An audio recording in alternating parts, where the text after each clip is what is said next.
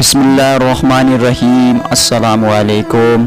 جنت میں سانپ اور مور بھی رہتے تھے اور وہ دونوں جنت سے باہر بھی آیا جایا کرتے تھے۔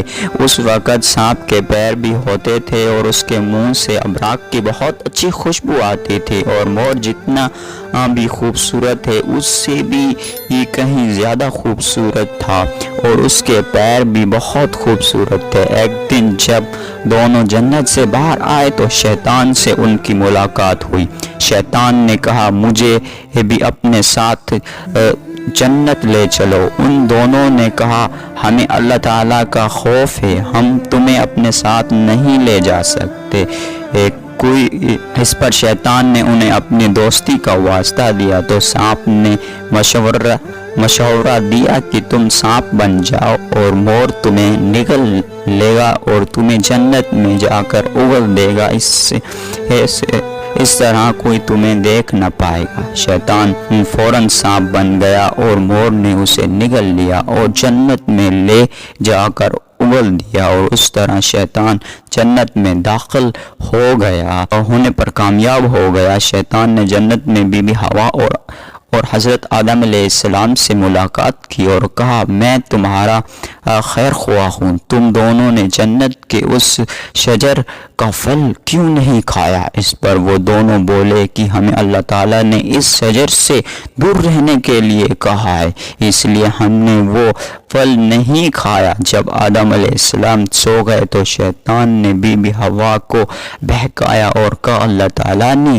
تمہیں وہ پھل کھانے سے اس لیے منع کیا ہے کہ کہیں وہ پھل کھا کر تم فرشتہ نہ بن جاؤ اور ہمیشہ کے لیے جنت میں ہی رہنے لگو۔ بی بی حوا نے شیطان کے بہکوے میں آ کر وہ پھل کھا لیا، اور جب آدم علیہ السلام سو کر جاگے تو انہیں بھی بہت اصرار کر کے وہ پھل کھلا دیا، جس سے ان دونوں نے وہ پھل کھایا۔ ان کا جنت کا لباس اتر گیا اور وہ دونوں شرم کے مارے اپنے شرم گاہ چھپانے لگے۔ تبھی اللہ تعالیٰ نے کہا، میں نے تمہیں نہیں کہا تھا کہ اس شجر کے پاس مت جانا اور اس کا پھل مت کھانا؟ تم دونوں نے اپنی جان پر ظلم کیا ہے۔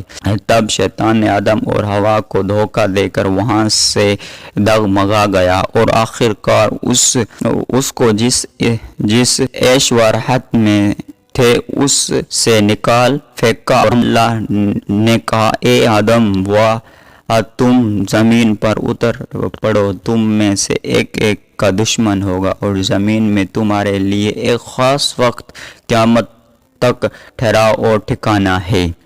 اور سانپ کے پیر چھین لیے گئے، جس کے منہ سے اس نے مشورہ دیا تھا، اس سے ابراق کی خوشبو چھین کر اس کے منہ میں زہر بھر دیا، اور مور کی خوبصورتی چھین لی گئی، جس سے پیر وہ چل کر جنت میں شیطان کو لے گیا تھا، اس کے پیر بدصورت ہو گئے۔